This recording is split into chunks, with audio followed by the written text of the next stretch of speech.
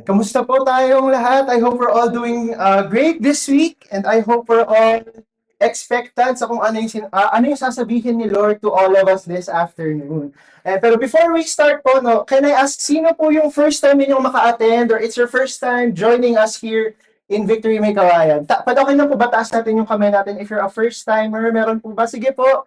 Ayan, sila sir, sila kuya, ayan, sila ate. Palakpakan naman po natin sila nanay sa gilid. Ayan, and we just want to thank the Lord for being here. And we can't wait, di ba? And we hope to see you sa mga susunod pa pong linggo. Ayan, and sa mga hindi pa po nakakakilala sa akin, my name is Ralph. Ayan, I'm one of the upcoming campus missionaries here in Victory May Kawayan. Ayan, thank you Lord. And alam niyo po, speaking of invitations, no, and gusto ko lang pong i-echo yung sinabi ni Coach Rosie kanina, na today po is kind of, no? Pero it's a really special Sunday today because it's the first week of our Call to Serve ministry sign-ups. Ayan, so I hope we had enough time po na ipag-pray po talaga at tatanungin si Lord, Lord, saan mo ko tinatawag?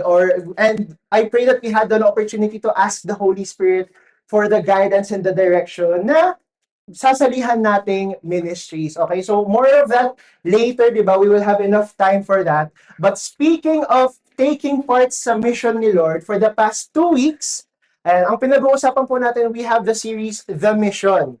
Kumbaga, ito po yung series where it explains or it shows the story of the redemptive plan of God for humans. Essentially, it shows how God reconciles humanity to Him. And nung first week po, ang pinag-uusapan po natin is yung love of the Father. Or tawag, the Father's love. Diba? Na because God, the Father, loves us so much, siya yung gumawa ng paraan through sending His Son to us. So that, John 3:16, whoever believes in Him shall not perish, but have eternal life. And nung second week naman po, we talked about the Son's sacrifice. Na yung pagkamatay ni Jesus on the cross, yun yung pinaka naging paraan para makalapit tayo kay Lord, para makalapit tayo to the Father. And this week naman po, we will be talking about, for the third week of our series, we'll be talking about the power of the Holy Spirit. Onting segue lang, no? Parang ang galing kasi for the past 3 weeks, kita natin na yung Trinity, iisa lang yung mission. It's to reconcile humanity to God. So even the Holy Spirit is part of the mission of God in reconciling us to Him. So, tayo po tayong lahat as we read the text for this afternoon. And makikita po natin yan sa John chapter 20. And we will be reading from verse 19 to 22. And kung gamit nyo po yung Bible dyan sa ating chairs, I think yan po ay nasa page 529. Okay po. So, pag nandyan na po tayo, can you say Amen? Ayan, sige po. Let's read on the evening. 1, 2, 3, go. On the evening of that day, the first day of the week, the doors being locked where the disciples were for fear of the Jews, Jesus came and stood among them and said to them, "Peace be with you." When he had said this, he showed them his hands and his side. Then the disciples that when they saw the Lord. Jesus said to them again, "Peace be with you. As the Father has sent me, even so I am sending you." And when he had said this, he breathed on them and said to them, "Receive the Holy Spirit." Lord, we thank you for the reading of your word. Panginoon, maraming salamat for the story that we are about to understand ngayon, Panginoon, from the book of John. Lord, we ask the Holy Spirit to guide us, for the Holy Spirit to give us the wisdom, to reveal all the truth to us, Panginoon, and even, Lord, even convict us if there is need of convicting, Panginoon. Lord, we pray that we will just understand and comprehend your word today. Buksan mo nga, Panginoon, yung puso namin, yung isipan namin at yung mga tenga namin this afternoon. In Jesus' name we pray. Amen and amen. Excuse me. Ayan.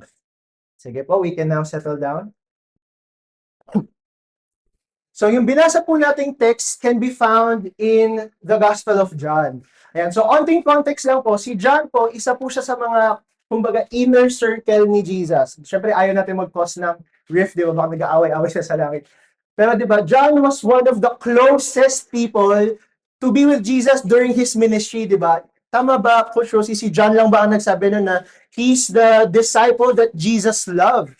Self-proclaimed? Or Jesus even said? We don't know. Yeah, pero so we can see that John has this sense of intimacy with the Lord. And sinulat po niya tong gospel na to for an audience of unbelievers na para pag nakita ninyo yung mga miracles and yung signs na ginawa ni Jesus, that will cause them to believe na siya nga yung Messiah. Okay, so yun po yung context ng book of John. And in this particular chapter, sa chapter 20 po, si Jesus po has already resurrected.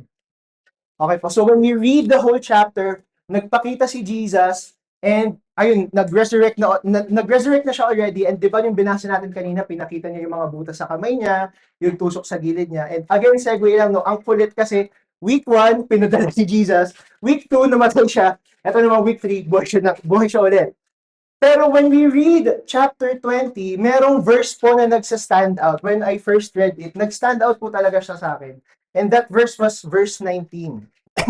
Sabi doon, on the evening of that day, the first day of the week, the doors being locked where the disciples were for fear of the Jews. What stood out? The doors were locked and the disciples were afraid. Bakit kaya sila natatakot? Bakit nagtatago at bakit nagkulong yung disciples? That's because yung leader mo, yung taong dinedicate mo yung buhay mo, yung taong sinunod mo for 3 years, was just arrested and crucified. And windang na windang sila kasi hala baka mangyari sa atin yun. Kasi nung nag-enter si Jesus sa Jerusalem, kasama sila. The Jews who worship Jesus when he entered were the same people who chose him to be crucified, and the disciples know that. Alam nung disciples, and may threat yun na hala, baka tayo din. Baka tayo din patayin, baka tayo din hulihin. And even the Roman soldiers, baka tayo ay akusahin. So the disciples were afraid. But naisip po ba natin, ayan mo clicker, ayan. How did the disciples go from being fearful and hiding and literal na ayaw nilang lumabas dun sa place nila, but when we read further in the Bible, makikita natin that they are already boldly proclaiming the gospel. Na patay kung patay, na I don't care kung hulihin niyo ako, basta ako paninindigan ko yung calling ni Lord. So sobrang what a dilemma talaga, 'di ba? Na from this na takot to this na courageous and bold and full of eagerness to share the gospel. So what happened? 'Di ba? So the question is the thing is, there really is something that the Holy Spirit did to them when Jesus said, receive the Holy Spirit. Okay, so now what we're going to look at is what did or what does the Holy Spirit do? Kasi di ba merong book na minention sila, Pastor Ray, sila Ate Dana, di ba? From Francis Chan, true? Yan, Chen, yan. The title of the book is The Forgotten God, and it's speaking of the Holy Spirit. Kasi when we think of the Trinity, ang naisip lang natin si Father and Son. But then we don't have any idea of who the Holy Spirit is or what He does. But even more, paano siya involved in the mission? Okay, so in order for us to understand ano ba yung ginagawa ni Holy Spirit, let's look at it how Jesus described yung work niya. So we need to look at the upper chapters pa po. We're going to look at the chapter 16 of the Gospel of John. And titingnan natin paano ba dinescribe ni Jesus yung gagawin ng Holy Spirit kapag dumating na siya. Okay po? So una po, the Holy Spirit guides us and reveals the truth. Okay po? Sabi po sa chapter 16 verse 13, when the Spirit of truth comes, He will guide you into all the truth. Nung panahon po na to, si Jesus po was already saying to His disciples na, okay, mawawala ako, pupunta ako sa Father, hindi nyo na ako makikita. Pero, verse 13, when the Spirit of truth comes, He will guide you into all the truth. Why do the disciples need guiding? Sila na yung disciples 3 years na silang magkasama with Jesus, His whole ministry. So dapat ang dami na nilang alam. Diba? But even Jesus confirmed it. Sabi ni Jesus, sa verse 12, marami pa akong gustong sabihin sa inyo. Marami pa kayong kailangang matutunan. Marami pa akong gustong i-impart sa inyo. But at this very moment, hindi nyo pa siya maiintindihan. You cannot bear them now. That's why we need the Holy Spirit. Kaya sinabi ni Jesus na pag dumating si Holy Spirit, He will guide you. Siya yung magtuturo sa inyo. Siya yung magpapakita sa inyo ng truth. Kasi right now, at this moment, hindi nyo pa talaga magigets. Naalala niyo po yung ano, naalala niyo po yung Avengers Endgame hype, 'di ba? I know people nag-deactivate ng Facebook, talagang nag-post ng no spoilers, talagang ayaw mag social media until they experience firsthand yung movie na yon. So imagine po kung si Jesus minention na lahat ng mangyayari sa disciples. O mamamatay ka, ganito ka mamamatay, ganito ka mamamatay. Puro patay, no? Ganito yung mangyayari sa ministry mo. So ano na, may idea na sila. How will they experience it firsthand? That's what Jesus is saying here, na hindi nyo pa maiintindihan ngayon because I want to make you experience it raw in its fullest form. Di ba? Again, pag nanood kayo ng sine, tapos na-spoil na kayo, parang wala nang thrill, wala nang excitement, wala na yung aha moment. Di ba? But when we experience it firsthand, when we experience it in its fullness, iba yung nagagawang impact sa atin, di ba? Imagine kung sinabihan mo yung tropa mo nung nanonood ng sine, mamamatay si Iron Man. Oo, wala na. Sira na yung moment. But this, Jesus is saying, marami pa kayong matututunan, pero dahil aakyat ako, si Holy Spirit ang magtuturo at magre-reveal sa inyo ng lahat. And church, maybe may ganun po tayong tendency or moments, di ba? Yung mga linyahan na, Lord, alam ko naman may sinasabi kang gawin ako, pero may kalakip na balita yun. Lord, alam ko naman you're calling me to join the tech ministry. Pero Lord, hindi ako magaling with computers. Lord, it doesn't make sense. Lord, you're telling me na as the father of my family, I should be leading them in church. I should be discipling them. Pero Lord, it doesn't make sense kasi ako nga din, baby Christian pa lang eh. Lord, you're telling me to transfer campuses. Pero Lord, hindi ko maintindihan kung bakit. Kasi andito yung friends ko, nai-invite ko sila sa youth service. May nawawatuan ako. So bakit, Lord? May mga ganun tayong moments that we are asking God and we're trying to think logically, we're trying to make sense of our situation. Pero nakakalimutan na natin magtiwala kay Holy Spirit. Nakakalimutan na natin intindihin at alalahanin na i-guide ka nga niya. Ipapakita niya yung truth sa'yo. What do we need to do? Obey. Trust. Follow Him. May mga moments po talaga na hindi natin maiisip na okay, sige, join lang tayo. Sama tayo worship team, may audition man or wala, join tayo. We never know, maybe kaya ka pala join sa ministry na it's because God wants you to grow deeper in His relationship with you. Eventually, we will understand. And church, hindi ko po sinasabing maging impulsive tayo sa decision natin. Hindi ko po sinasabing maging rash tayo or maging reckless. Yung rarara, sige, join lang ng join. There is wisdom in planning ahead and asking for counsel. But if puro na lang plano, puro na lang tiwala sa sarili, puro na lang titignan kung ano yung kaya ko, and we're forgetting to trust in the Holy Spirit and obey the call of the Lord, maybe we need to check our hearts. Lord, kanino pa ba ako nagtitiwala? Lord, naiintindihan ko ba talaga that you sent the Holy Spirit to guide me and to reveal the truth to me?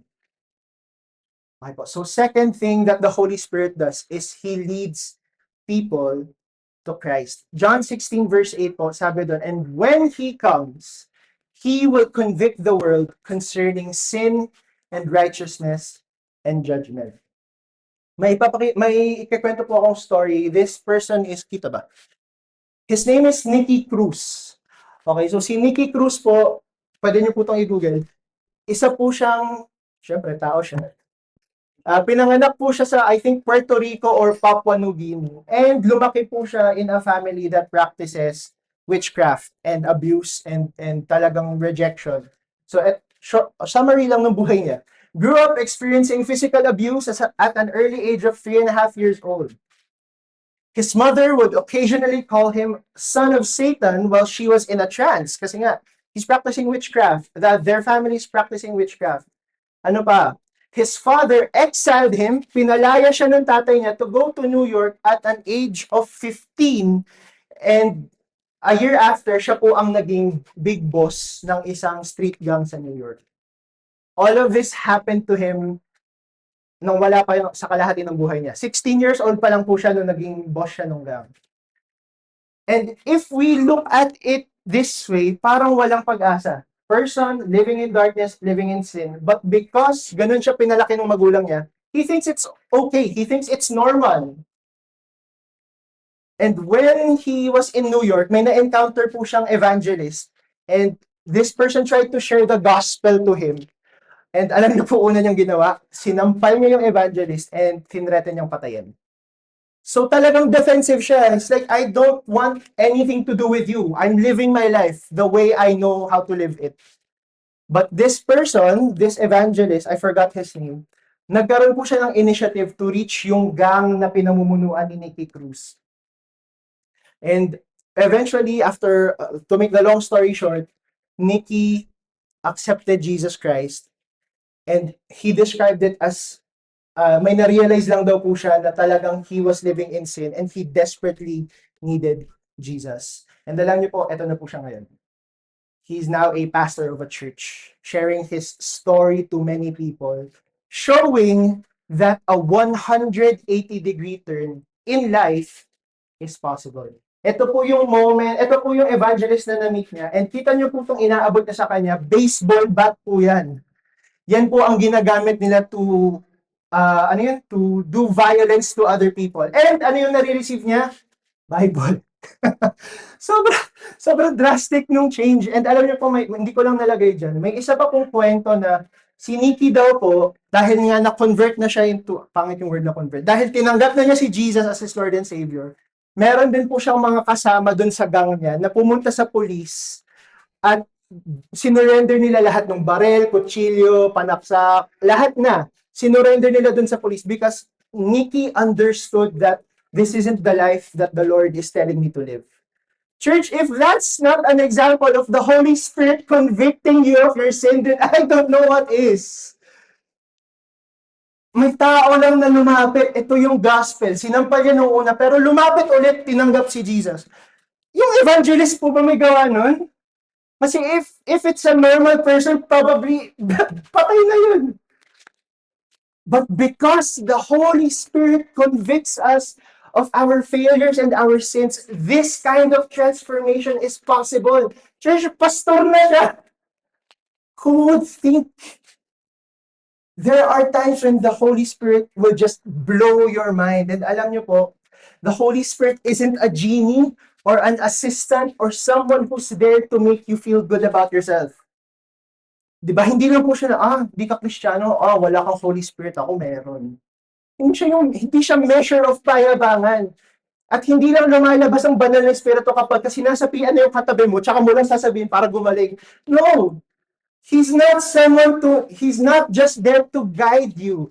Diba? The Holy Spirit convicts us not just to prevent us from sinning, but He convicts us to make us realize, ano daw po, how fallen and sinful we are, to make us see that we desperately need Jesus.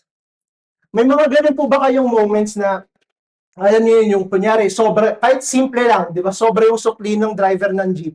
So parang may, ang term pa intrusive thought eh. Yung may intrusive thought ka na itabi mo na lang. Pero dahil kino-convict ka ni Holy Spirit na, huy, mali yan, babalik mo. Kwento ko na. Nung Thursday po, nanggaling po ako ng orientation namin sa Every Nation. And nagstay po ako doon, but my family had plans the next day. So umuwi po ako ng Friday and kailangan ko pong mag-MRT. Ayan. And nung paakit po ako, nakita ko, suot ko po yung ID ko ng Every Nation Leadership Institute. Tapos nung nakita ko yung rates ng MRT, sabi ko, uy, grabe ang mahal. Let's say, kunyari 30 pesos. Pero katabi nun, student, PWD, senior rates, kalahati. So, wow, pwede to, estudyante ako, tama naman. Tapos inisip ko, bili kaya ako ng beep card kasi syempre uuwi ako para hindi na ako pipila. Pero nung nandun na po ako sa counter, hindi ko masabi yung estudyante po. Sobrang simple lang, di ba? Parang, ano naman, ang dali naman sabihin ng estudyante po. Pero dahil nandun na ako, the Holy Spirit was just telling me na, huy, may suot kang ID, Leadership Institute. Sabi, shucks, oo nga. Sabi, sige po, yung normal lang na beep card yung binili ko. And even in the simplest things, the Holy Spirit is convicting us para not just to prevent us from sinning, but to help us understand na, hey, you need Jesus. You need Him in your life. Just like what happened to Nicky Cruz. He realized that the way he was living was the wrong way all along. The realization na, palpak pala ako. pupunta pala akong impyerno, hindi pala okay yung pamumuhay ko. Sige, let's follow Jesus. That's what the Holy Spirit does. Diba? Sabi nga sa verse 8, He will convict the world concerning sin, righteousness, and judgment. And third po, and dito po tayo mag-suspend ng time. I hope this is what we focus on as well. Sabi dito, the Holy Spirit allows us to be a part of God's mission.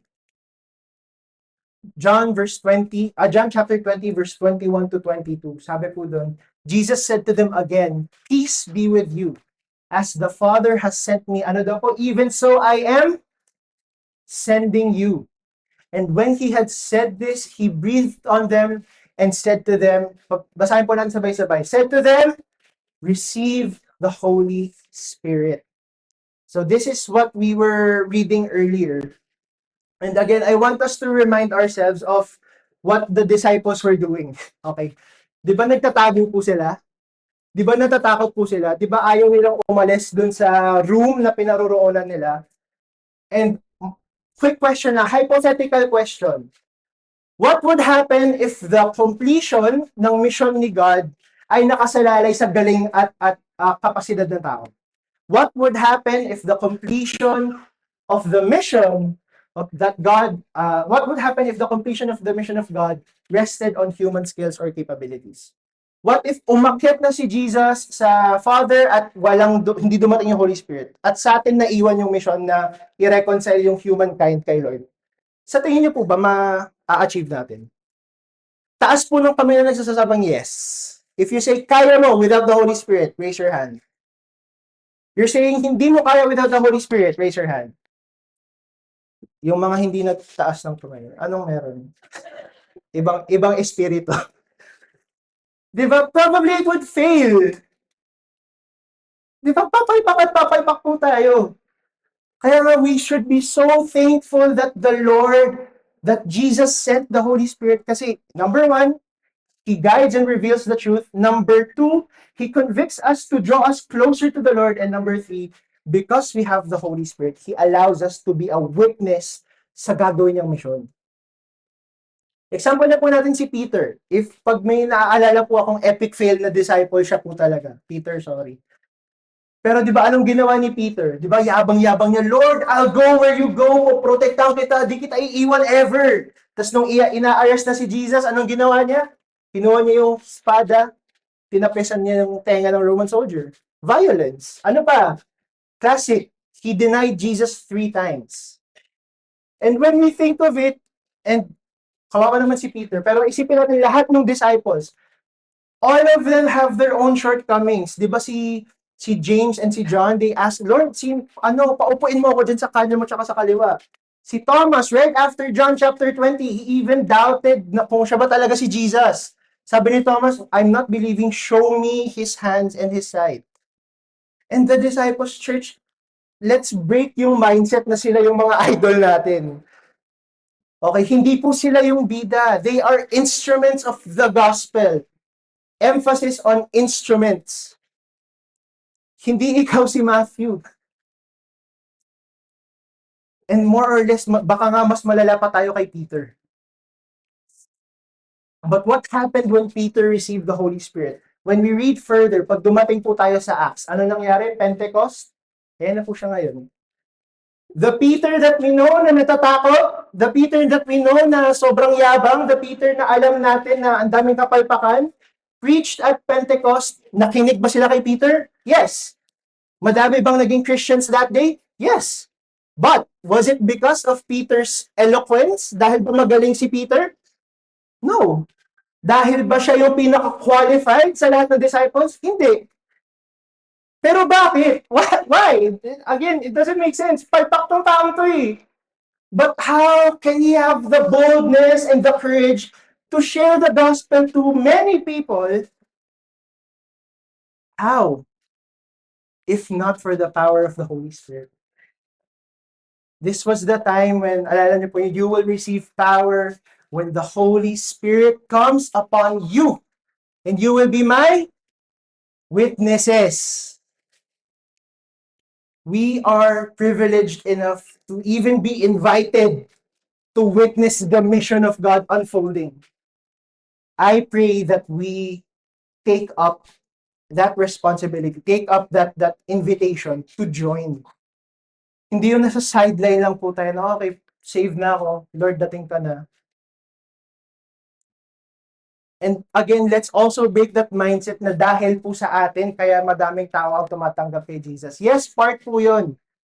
Diba? Our campus ministry is growing. Diba? We're thankful to God for that. But again, it's not because magaling si Coach Ben, si Coach Rosie, si Coach Joyce. It's not just because we plan ahead and think critically and make sense of what's happening in the campus, but it's also because of the power of the Holy Spirit guiding us and giving us the strength to even go into the campus. Let's break that mindset that the people in the Bible are superheroes, because ultimately they're not, well, quote unquote superheroes, but they're failures. But alam nyo po, to put emphasis, we are messengers. Pero hindi po tayo yung message. We are the messengers of the gospel, but we are not the message. Yung buhay po ng tao ay magbabago hindi dahil sa iyo, kundi dahil doon sa shiner mo. Yung buhay po ng tao ay mas mapapalapit kay Jesus dahil the Holy Spirit is working through you. Not because of you. My life has changed. Kumanta. Diba? It's not about us. Church, I remember yung sinabi ni Pastor James nung inaaral po namin to. Focus ka kay Holy Spirit. Kasi sa mission ni Lord, nasa sideline tayo. Hindi tayo yung bida. Sino? Sila. Trinity. Kaya nga, diba sabi, we are so privileged to even be invited. Sabi ni Jesus kanina, even as the Father sent me, now I am sending you. But Jesus knew na hindi nyo kaya kasi papalpa kayo. Therefore, receive the Holy Spirit so that you will be guided, the truth will be revealed to you, you will be convicted of your failures, kung meron man, and more people will know me through the work of the Holy Spirit in your life. Alam niyo po ano nangyari kay Peter? Ayan, namatay siya. But even in death, people were led closer to Jesus. Why? Naiintindihan na ni Peter, hindi naman pala tungkol sa akin. Hindi naman pala ako yung bida. Hindi naman pala ako yung best friend ni Jesus. But even in death, the Holy Spirit was working in the lives of many people na nakita nila, oo nga, grabe, kailangan natin si Jesus.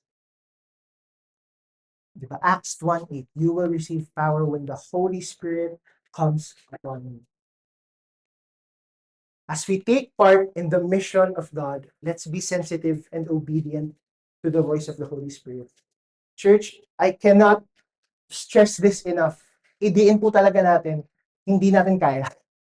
Magfe-fail po tayo. Papalpak po tayo. But alam niyo po kung paano tayo makakabalik at paano natin magagawa at paano tayo makakapag-take part sa mission ni Lord? Through the power of the Holy Spirit. Again, hindi siya genie, hindi siya assistant. May times na masaya at may times din na mako-convict ka. But what's important is we be sensitive and obedient to His voice. Let our lives be used for the advancement of God's kingdom. Dito ko, medyo pangit lang yung term, pero magpagamit po tayo. Magpagamit po tayo sa banal na Espiritu para mas maraming tao pa ang makakilala kay Lord. Para through our lives, they will see that God is real. Naalala niyo po si Nikki Cruz? Diba, imagine kung nakita siya ng pamilya niya, na ano nangyari sa'yo? Kristiyano ka na ngayon? Paano? Ayun, gospel opportunity. Church, let our lives be used for the advancement of God's kingdom so that people from every nation will encounter Christ through what? The power and work of the Holy Spirit. Did it say through your skills? Sinabi po ba na through your abilities? Sinabi po ba na people will encounter Christ through your eloquence, yung kagalingan mo? Sinabi po ba that people will encounter Christ through the years na naging Kristiyano ka?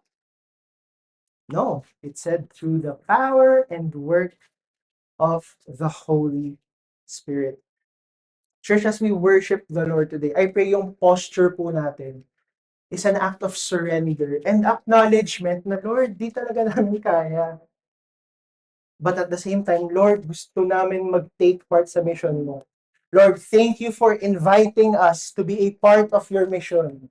Lord, thank you for inviting us to be a witness to how you will save humanity. Church, how many of you are so glad that the Lord saved you from the moment that you encountered Jesus? How many of you are thankful na tinanggap niyo siya? Di ba? That's the exact moment that you received the Holy Spirit. Church, kanina while we were worshiping, talaga naiiyak na lang ako na, oo nga, Lord, di namin kaya. But Lord, thank you kasi you've sent us, Lord. And we're not alone. You sent the Holy Spirit to be with us in your mission. Alam niyo po, whenever we do one-to-one or whenever we disciple people, sobrang nakakagulat lang po talaga whenever they are starting spiritual foundations na. Di ba? May mga ganong moments po ba yung mga, may mga ganong moments ba na, uy, tapos na pala tayo ng one-to-one. Uy, tapos ka na pala ng L113. Paano? Power and work of the Holy Spirit. Holy Spirit guides us, reveals the truth. The Holy Spirit convicts us to draw us closer to the Lord. And as we allow the Holy Spirit to work in our lives, more people will see the beauty and magnificence of God through our lives. Again, church, magpagamit tayo sa banal na Espiritu so that more people, like what we're singing earlier, every tribe and every nation will see the glory of God, and that they will also take part in the advancement of God's kingdom. Alam niyo po yung students kanina sa video, di ba nag-start sa simple invite. It started with 2 students, then naging 4. Eventually, magiging, 8, magiging 10. Why? Is it because magaling sila mag-invite? Or is it because the Holy Spirit worked in their lives that their classmates saw na ang galing nung nangyayari sa buhay nito? Ano nangyayari? I also want to know. In the workplace, people will just see that you have integrity. Why? Kasi every time that there's an intrusive thought to commit a sin, the Holy Spirit just convicts you na hindi ko magawa eh. Hindi ko magawa to make shortcuts to advance the corporate ladder. But I will have integrity as I work in this company. And other people will just see, bakit? Diba? It doesn't make sense to them. But to us who have the understanding that the Holy Spirit is working in our lives, it will make sense. And more people will see how God is working in your lives, and that they will also see that they need Jesus. As I call on the rest of the worship team, church, I pray yun po yung postura natin. Na hindi po talaga tayo yung maging bida. Yes, ang sayang maging parte ng buhay ng ibang tao. Ang saya na mag-journey with them. Ang saya to be a kuya and ate or a tito and tita to them. But I pray po na hindi po mag-e-end sa atin. I pray po that we will just allow the Holy Spirit to work through us. Church, again, we are messengers, but we are not the message. What do? We simply share the gospel to them. Sabihin lang, did you know that Jesus died for you for your sins? And when they realize that, when the Holy Spirit just comes upon them, the Holy Spirit will work and they will experience His power. That's where transformation happens. That's how people from every tribe and every nation will know that God is alive, that they will know that they need Jesus, that they will know that Jesus is the light that they need in this very dark world. So as we worship today, as we sing this song, let's commit our lives and surrender. Lord, Holy Spirit, fill us up so that through our lives, your glory and your power will be just poured out to all people. Lord, here we are, send us. Holy Spirit, just like the song says, Holy Spirit, we are here. Holy Spirit, we're here to seek your face. We're here to know your ways. So that through your power, through your presence, every person will know that you are God. Na lahat ng tao na makaka-encounter namin, makikita lang nila, ikaw, Panginoon, not us. Lord, less of us. Lord, tanggalin mo sa amin yung bida-bida complex. Lord, we are not the center of the story. It's you. Lord, as we dedicate our lives to you, Lord, we just thank you for this invitation where we get to witness, Panginoon, yung unfolding story ng redemption mo sa sangkatauhan. And Lord, we just surrender our lives to you. Holy Spirit, may you fill this place. May we just feel your presence, Lord. Holy Spirit, we ask that you dwell within each and every one of us as we go out there, as we meet with people, as we meet with our classmates, as we work in our jobs, Panginoon. Holy Spirit, we pray that inside and outside of the church, you guide us, you reveal the truth to us, even when it doesn't make sense. We pray, Holy Spirit, that you convict us so that you draw us closer to the Lord, so that more and more and more people will see the goodness and love of the Father to them through our lives. We lift up this prayer to you in Jesus' name. Amen. Church, let's all stand up as we respond in worship. Thank you, Lord. Thank you po ba itaas natin ang ating mga kamay as an act and posture of asking God to fill us up. Praise the Lord. Apart from you, God, we're nothing. So we ask God that by your power, we will be filled up. Fill us up, O God. Fill us up. Pour us out. For a broken world that is far from you. Fill us up. Pour us out. Be your hands and feet. Oh Lord, Holy Spirit.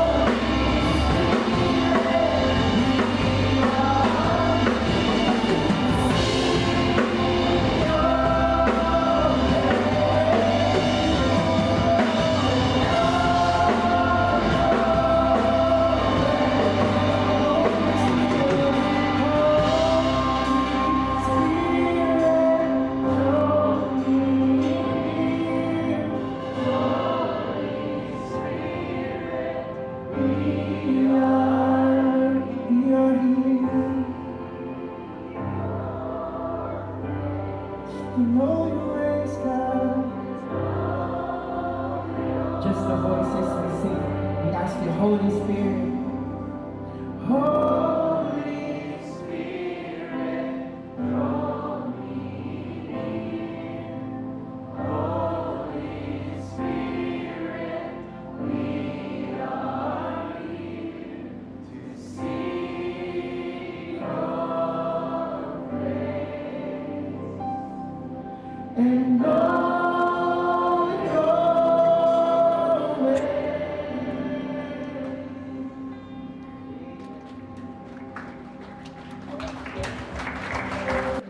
Holy Spirit,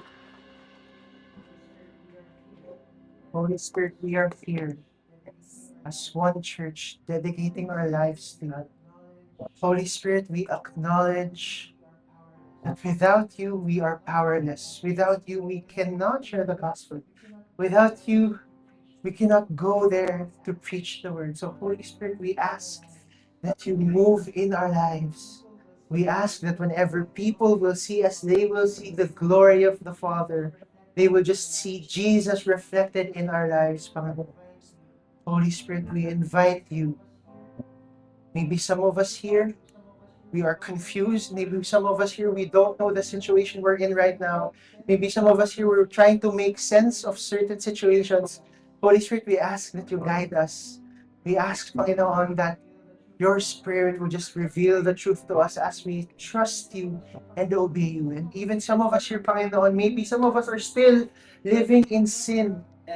Maybe some of us have baggages, Panginoon, and we're still chained, Panginoon, by certain sins. Holy Spirit, we ask that you convict us and lead us closer to Jesus. Just like the song says, we're here, Panginoon, to seek your face and to know your ways, Lord.